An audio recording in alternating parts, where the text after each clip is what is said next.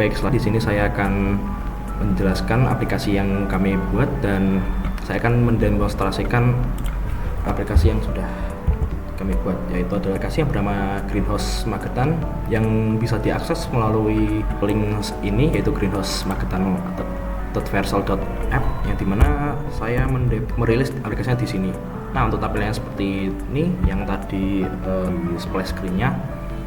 Sebelum ke penjelasan lebih lanjut untuk aplikasi ini, kami membangun aplikasi ini diperuntukkan untuk sebagai aplikasi monitoring yang berada di sebuah tempat khusus, yaitu sebuah tempat greenhouse, yang dimana tempat greenhouse tersebut itu tempat yang dimana digunakan untuk media tanam yang berada di dalam ruangan greenhouse. Dalam ruangan greenhouse sendiri itu nanti ada berbagai banyak jenis petanya, termasuk sebagai pemantaunya, yaitu adalah alat-alat IoT-nya.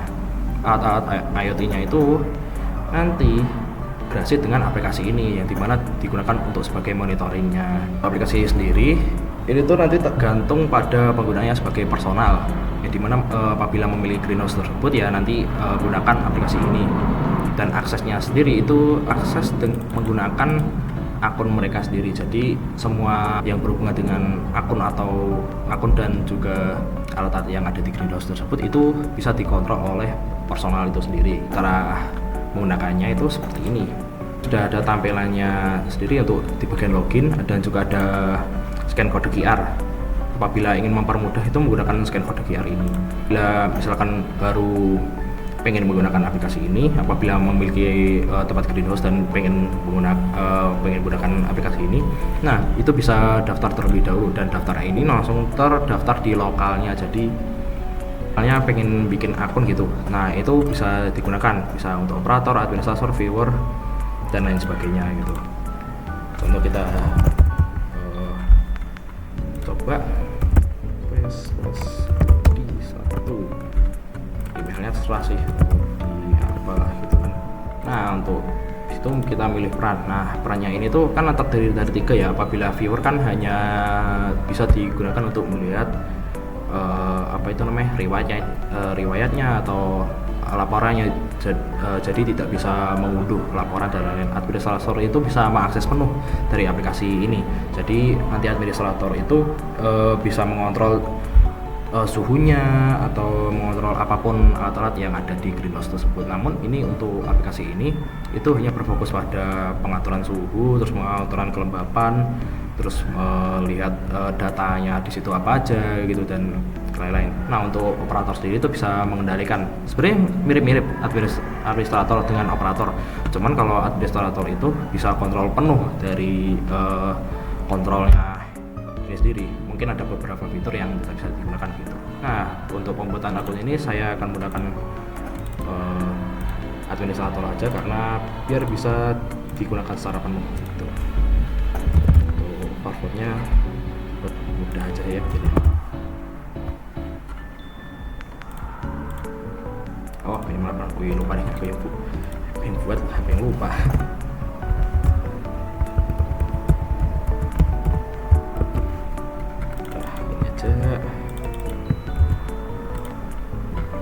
Oke, lanjut, registrasi berhasil. Nanti disuruh ngarah ke bagian login lagi, dan ini langsung bisa di save ya, mungkin kalau mau menggunakan akunnya.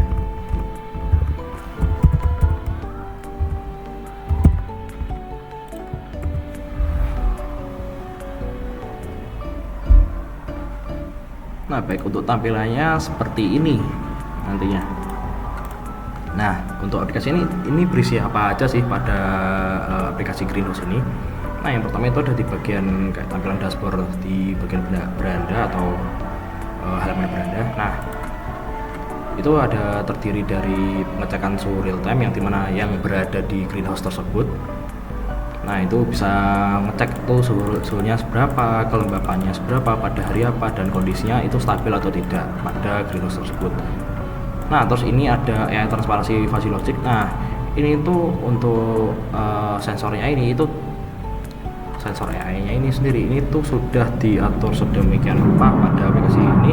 Apabila ada perubahan secara ekstrim, mungkin kan karena kalau di greenhouse atau di tempat greenhouse tersebut kan suhunya pasti tergantung suhu yang luarnya juga. Apabila kalau yang luarnya itu terlalu panas, maka kan otomatis yang di dalam sensor-sensornya itu otomatis harus menurunkan suhunya bagaimanapun caranya gitu. Nah itu secara otomatis nanti akan diturunkan suhunya atau dinaikkan tergantung kondisi ruangan tersebut gitu. Nah apabila pengen mengatur manual itu bisa menggunakan cara ini bisa menggunakan cara atur suhu manual. Apabila diturunkan maka kipasnya itu di greenhouse itu akan menyala untuk mencapai suhu target seperti ini. Apabila dinaikkan maka pemanasnya ya akan menyala gitu. Dan ini nanti juga mengikuti, namun tidak secepat ini ya, karena ini hanya sebuah aplikasi prototipe, jadi bisa suhunya akan terlalu cepat untuk naik. Harusnya mengikuti yang ada di greenhouse tersebut gitu. Karena ini projectnya itu fokusnya kepada aplikasinya, untuk penerapannya nanti masih belum bisa dimainkan gitu. Nah selanjutnya itu pada page notifikasi ini saya dulukan aja karena nanti kelupaan juga.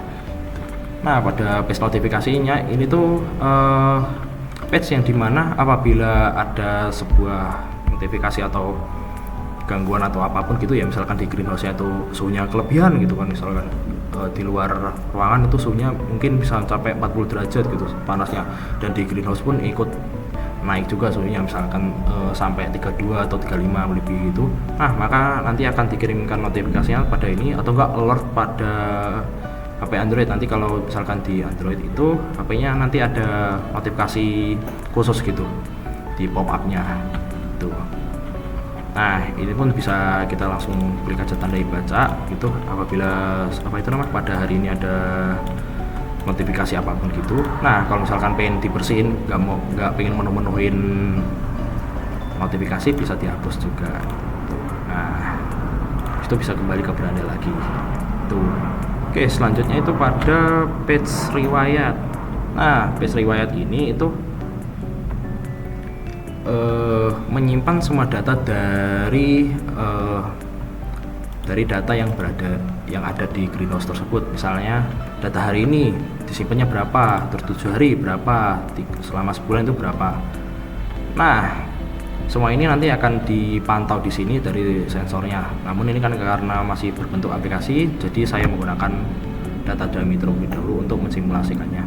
Nanti secara real time itu semuanya akan diatur di sini, jadi bisa kita cek bagaimana datanya yang di greenhouse gitu. Apabila kita tinggal mungkin tinggal keluar dan kita belum sempat memantau greenhouse secara langsung, jadi kita bisa lihat seperti ini gitu. Dan ini juga bisa diunduh kok, jadinya CSV. Nah nanti hasilnya seperti ini.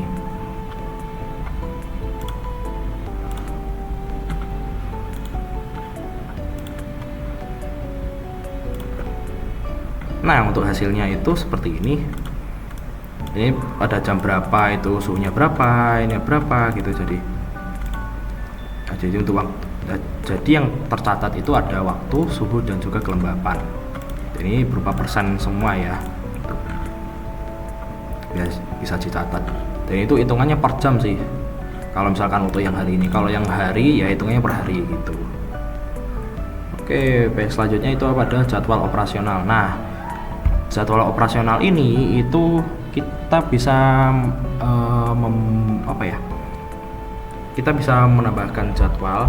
Misalnya kita pengen suhunya untuk siang hari targetnya sekian gitu, maka kita bisa setting di sini itu untuk menambahkan target suhunya pada aplikasi ini. Nanti akan langsung terhubung ke alat-alat yang ada di greenhouse tersebut. Misalkan kita pengen menambahkan suhu 22 derajat pada siang hari gitu, jadi perawatan siang hari pada jam 14.00. Nah jam mulainya itu jam berapa itu bisa diatur pada jam 14, misalkan 14.00 sampai dengan 16. Nah itu kita simpan dan maka langsung aktif gitu. Dan ini bisa berjalan terus-terusan gitu. tergantung alatnya itu bisa menampung berapa. Namun untuk pada project ini saya cukup memaksimalkan tuh 5 sebenarnya. Di sini saya coba 4 terlebih dahulu. Nah, jadwal ini tuh biasanya terhubung dengan modulnya, yaitu modulnya RTC DS3231 ini yang ada alatnya di greenhouse nantinya. Oke, baik, selanjutnya itu pada page profile dan settings atau profile dan pengaturan. Nah, untuk di bagian ini itu sebenarnya hanya menampilkan dari akun kita. Misalkan akun saya tuh ini kan menggunakan ID NIM saya sementara ya secara auto karena aplikasinya ini berbasisnya masih auto gitu. Nah, di sini tuh sebenarnya tidak begitu banyak penggunaannya, hanya buat mengganti dark mode sama light mode aja, dan itu pun bisa dilakukan di bagian sebelum login tadi itu sebenarnya. Lalu itu di bagian mode pengembangan. Nah, aktivasi simulasi sensor ini maksudnya apa? Ini tuh kita bisa memanipulasi suhu, misalkan kalau memang penggunaan dari yang depan ini tuh tidak bekerja, kita bisa memaksakan menggunakan ini simulasi sensor suhu. Nah, ini nanti akan terhubung sama alat yang di sana apabila yang bagian ini tuh tidak berfungsi. Sebenarnya hanya itu sih. Walaupun ini keduanya tidak bisa, baru deh nanti di troubleshooting lebih lanjut gitu. Nah, baik, untuk aplikasinya itu hanya itu saja. Baik, habis itu kita akan ke penjelasan selanjutnya, yaitu di bagian QA atau Quality Assurance ya.